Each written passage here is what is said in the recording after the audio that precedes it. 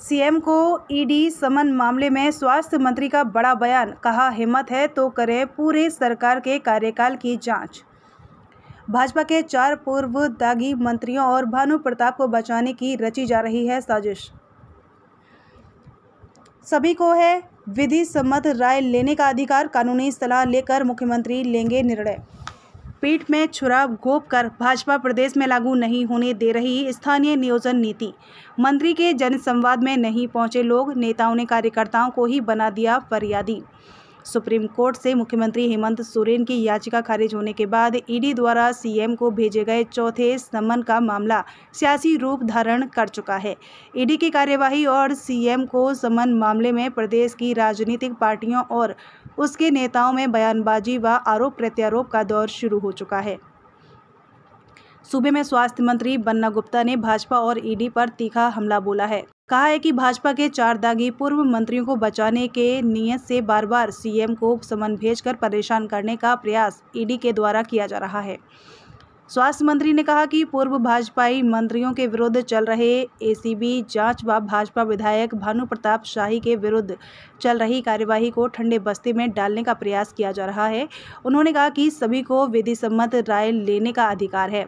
कानूनी सलाह लेकर मुख्यमंत्री जल्द समन के मामले में उचित निर्णय लेंगे। एक दिवसीय जन संवाद कार्यक्रम में शिरकत करने चतरा पहुंचे स्वास्थ्य मंत्री ने प्रेस कॉन्फ्रेंस के दौरान पूर्व की भाजपा सरकार में हुए अवैध खनन व अन्य घोटालों की जांच करने की ईडी से मांग की। कहा कि सरकार के पेट में छुरा घोंपकर भाजपा प्रदेश में स्थानीय नियोजन नीति लागू नहीं होने दे रही, जिससे यहां के बेरोजगार युवा नौकरी से वंचित हो रहे हैं। स्वास्थ्य मंत्री ने कहा कि हेमंत सरकार ने प्रदेश के 75% युवाओं को स्थानीय स्तर पर नौकरी देने की योजना लाई है, लेकिन उसे लागू नहीं होने दिया जा रहा है। उन्होंने कहा कि ईडी को एसीबी से कैश टेक ओवर कर पूर्व सरकार के कार्यकाल की जाँच करनी चाहिए। उनके मंत्रियों को बुलाकर पूछताछ करनी चाहिए। स्वास्थ्य मंत्री कांग्रेस के जनसंवाद कार्यक्रम में शिरकत करने चतरा पहुंचे थे। पार्टी की ओर से उनका कार्यक्रम केशव पैलेस होटल में निर्धारित किया गया था, जहां उन्हें फरियादियों की फरियाद सुनी, लेकिन मंत्री के कार्यक्रम में फरियादियों का टोटा लगा रहा। ऐसे में कांग्रेस नेताओं ने मंत्री की इज्जत बचाने के लिए कार्यकर्ताओं को ही फरियादी बनाकर जनसंवाद में बिठा दिया। हालांकि कार्यक्रम के दौरान मौके पर लगी कुर्सियां खाली रहीं। जनसंवाद के दौरान कई कार्यकर्ताओं ने स्वास्थ्य मंत्री से सदर अस्पताल का भी औचक निरीक्षण करने को कहा, लेकिन स्वास्थ्य मंत्री ने बाद में निरीक्षण करने की बात कहकर उनकी मांग को टाल दिया। उन्होंने कहा कि बोलकर करेंगे तो सब सुधर जाएगा। उन्होंने सदर अस्पताल में उपकरण खरीद मामले में हुई धांधली व अन्य कुव्यवस्था की जांच कराने की बात कही। कहा कि अगर किसी के पास गड़बड़ी का साक्ष्य है तो वह दे, तुरंत कार्रवाई होगी। चतरा से अमित कुमार सिंह की रिपोर्ट।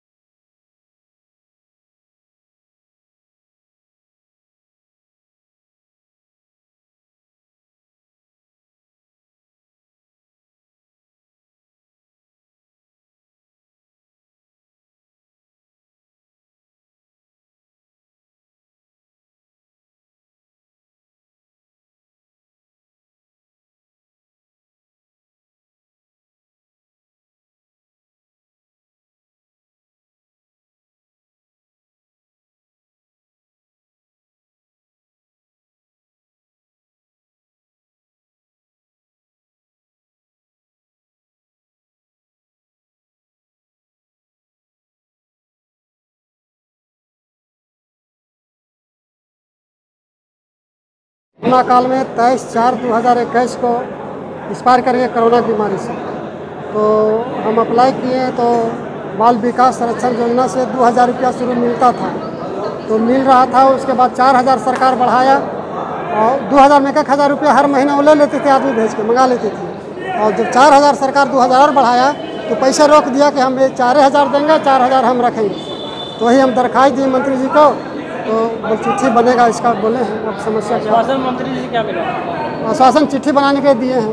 देखिए, हम कानून का सम्मान करने वाले लोग हैं। कानून पे गहरी हमारी आस्था है और हर आदमी को ये अधिकार है अपने बचाव का, अपनी बात रखने का और विधि सम्मत राय लेने का। तो माननीय मुख्यमंत्री जी भी विधि सम्मत राय ले रहे हैं और राय लेने के उपरांत जो विधि सम्मत राय आएगी उसके उपरांत ही कुछ काम होगा। लेकिन सवाल ये उठता है कि आखिर माननीय मुख्यमंत्री जी को पूर्व में बुला लिया गया, पूछताछ कर ली गई, तो ये क्रमबद्ध तरीके से इतना पूछताछ क्यों? एक ही चीज़ का 9 बार जवाब क्यों? तो फिर भी यदि उनकी संतुष्टि के लिए वो चाह रहे हैं तो हम भी विधि सम्मत परामर्श लेकर, जो विधि सम्मत परामर्श होगा उसी के तहत काम होगा। यदि ये भारतीय जनता पार्टी बोल रही है तो भारतीय जनता पार्टी को तो ये भी कहना चाहिए था कि पूर्ववर्ती सरकार से लेकर अब तक उन्होंने 19 साल शासन किया है। 19 साल का शासन का पूरा जांच करवा लेना चाहिए, तो क्यों नहीं वो जांच करवा रहे हैं? उनके अभी 4 मंत्री का जो है एसीबी में मामला है, उस पर वो क्यों नहीं कह रहे हैं?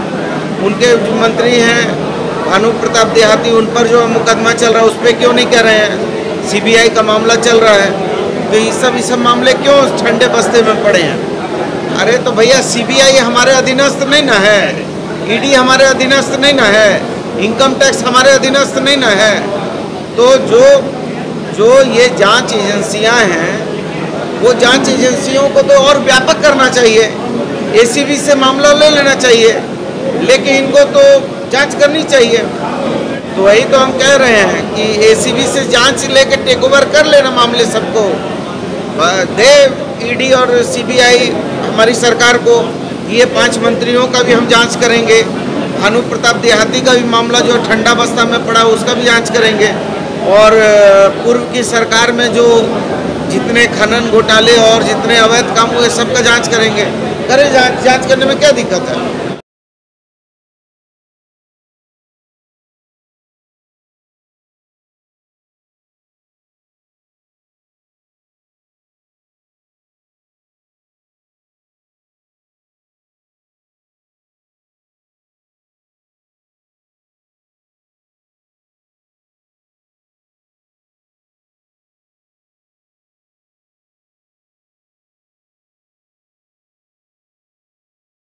समस्या है, दवा लिखाता है, डॉक्टर से पूछा, जो सप्लाई करता है सो आधा दवा रख लेता है और आधा दवा देता है।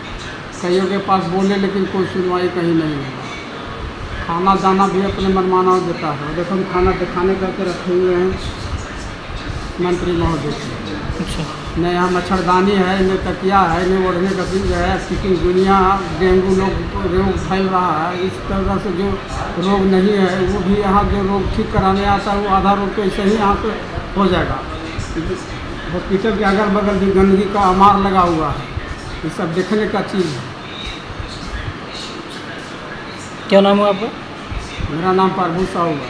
कब से एडमिट है यहाँ? और 4 तारीख से एडमिट है, लेकिन ये दवा नहीं है, दवा हमारा सब खत्म हो चुका है। शुगर पेशेंट है, थायराइड है। 19 तारीख से हम एडमिट हैं। दवा हुआ यहाँ नहीं मिल रहा?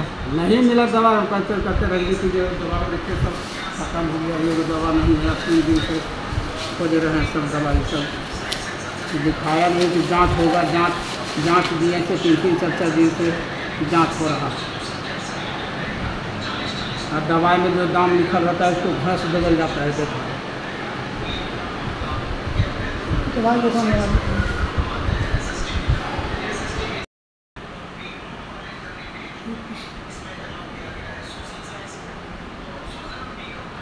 मंत्री महोदय दिखावे करके रखने हम कबूल नहीं किए।